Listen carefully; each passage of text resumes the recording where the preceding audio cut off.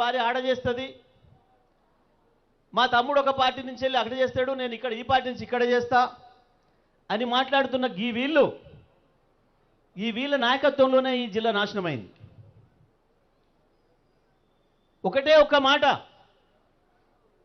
వీళ్ళ బీఫామ్ల కొరకు, వీళ్ళ మంత్రి పదవుల కొరకు ఆంధ్రలో ముందట నోరు మూసుకొని కూర్చున్నారు తప్ప ఎందుకు మా నాగార్జున సాగర్ ఎడమ కాలువలో మాకు రావాల్సిన నీళ్ళు వస్తలేవు అని చెప్పి ఒక్కనాడు కూడా అడిగిన వాళ్ళు గారు ఈ దద్దమ్మలు. నాగార్జున సాగర్ మొదటి కాలువ, మొదటి తుమ్ము రాజవరం మేజర్కి, రాజవరం ఊరు 55 ఏళ్లలో ఒక్కనాడు కూడా నీళ్లు చూడలే. అది కేవలం కేసీఆర్ గారి పేరు మీద నన్ను పంపిస్తే పోయి రాజవరం ఊర్లో నిలబడి నీళ్ళు ఇచ్చి వచ్చిన మొట్టమొదటిసారిగా రాజవరం పొలాలే ఓడగొట్టిన ఈ జానారెడ్డిని అదే రాజవరం పొలాలే శాశ్వతంగా ఇంటికి పంపిస్తాయి తప్ప మళ్ళీ రానివ్వవు. ఇవ్వాల మళ్ళీ ఎందుకు పగటి కలలు అంటున్నారు. ఇవాళ ఈ జిల్లా ఎమ్మెల్యేలు నికార్సైన ప్రజాప్రతినిధులు ఏ ఒక్కరు కూడా రోజు రాత్రి 18 గంటల వరకు, రోజు 18 గంటలు తక్కువ పనిచేయడం లేదు. నేను ఒకటే ఛాలెంజ్ చేస్తా ఉన్నా, గత శాసనసభ్యులు ఎవడైనా సరే వారానికి ఒక్కనాడైనా నియోజకవర్గంలో తిరిగినరా? తీయండి మీ లెక్కలు చెప్పండి. మా శాసనసభ్యులు వారంలో 7 రోజులు కార్యకర్తలు ప్రజల్లోనే ఉంటున్నారు.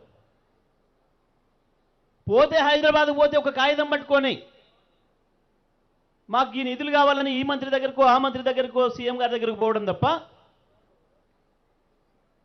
నీళ్ళల్లో చేపలు ఎట్లా ఉంటాయో అదే పద్ధతిలో ఉంటున్నారు మా శాసనసభ్యులు.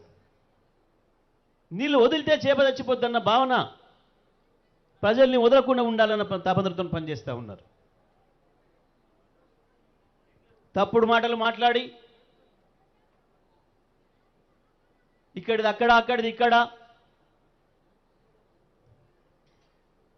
ఏదో గందరగోళం చేయాలి, మేము చేసిన 30 ఏళ్ళ నుంచి చేసిన అదే పద్ధతిలో చేయాలని చెప్పి కలలు కంటున్నారు. కానీ నల్గొండ జిల్లా ప్రజలు మళ్ళీ పొరపాటున కూడా మిమ్మల్ని రానివ్వరు. మీరు చేసింది మొత్తం కూడా వాళ్ళ ముందు ఉంది. ఇవాళ ఏమిటికని వేయాలి మళ్ళీ కాంగ్రెస్కు ఓటు ఈ జిల్లా ప్రజలు?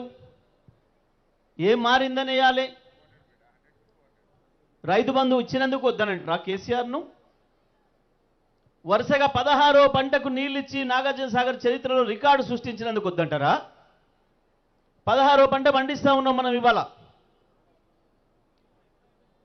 అంతకుముందు వరుసగా 16 పంటలకు నీళ్ళే లేకుండా చేసిర్రు ఇదే నాయకులు. ఆంధ్రులకు భయపడి నోర్లు మూసుకొని వాళ్ళ కాలకాడ పడి ఉన్నారు తప్ప వాళ్ళు దౌర్జన్యంగా నాగార్జున సాగర్ గేట్లు లేపి నీళ్లు తీసుకుపోతుంటే ఒక్కనాడు కూడా ఆపడానికి ధైర్యం చేయలే, మాట్లాడలే. రైతులు పోయి అడిగితే కూడా కిందికే పోతాయి నీళ్లు, మనకాడికి వస్తాయి పొమ్మన్నారు. ఇవాళ ఎట్లా వస్తున్నాయి పైకి నీళ్లు? మొట్టమొదటి నాగార్జున సాగర్ ఎడమ కాలువకు వదిలితేనే తప్ప ఒక్క చుక్క కూడా కింది పోనీయలే మనం ఇవాళ 8 ఏళ్లలో. ఏమొచ్చింది? బీఆర్ఎస్ అంటే బీఆర్ఎస్ వచ్చి ఇది వచ్చింది. ఇవాళ నాగార్జున సాగర్ చివరి పొలాలకు కూడా నీళ్ళు అందేయగలిగినాం. లో లెవెల్ కెనాల్ని మనమే వచ్చి పూర్తి చేసుకున్నాం.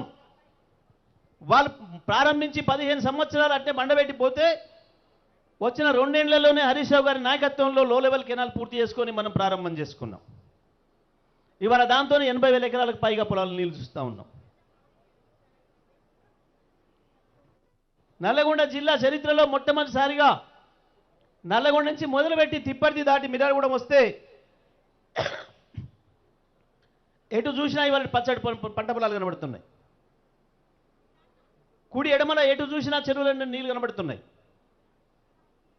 కానీ ఇవాళ మనకు గుర్తుండి 40 ఏళ్ల కాలంలో ఒక్కనాడు కూడా ఒక చెరువులో నీళ్ళు చూడలేము మనం. అన్నాడు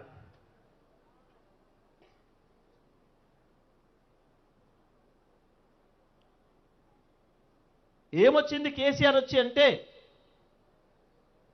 బ్రహ్మాండమైన 40,000 కోట్ల ప్రాజెక్ట్ వచ్చింది. దామర్చర్లలో భారతదేశంలోనే అత్యంత పెద్ద అల్ట్రా మెగా పవర్ ప్లాంట్ 4,000 మెగావాట్ల పవర్ ప్లాంట్ వచ్చింది. అది చాలు మొత్తం ఈ జిల్లాను అభివృద్ధి పదంలో తీసుకుపోవడానికి.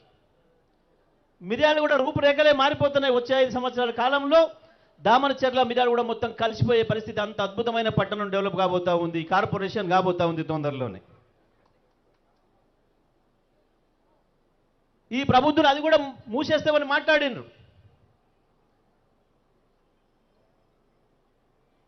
మేము పదవిలోకి వస్తే యాదాద్రి పవర్ ప్లాంట్ బంద్ చేస్తా అని చెప్పిండు. అభివృద్ధి నిరోధకులు వీళ్ళు. అభివృద్ధి జరిగితే ప్రజలు మన చేతుల్లో ఉండరనే ఫ్యూడల్ అహంకారులు వీళ్ళు. ఇంకా ఈ ఫ్యూడల్ని, ఈ భూస్వామ్యుల్ని మళ్ళీ రాణిస్తానని అనుకుంటే అంత మించిన తెలివితక్కువతనం ఉండదు. నల్లగొండ జిల్లా రైతాంగం చైతన్యవంతమైన రైతాంగం.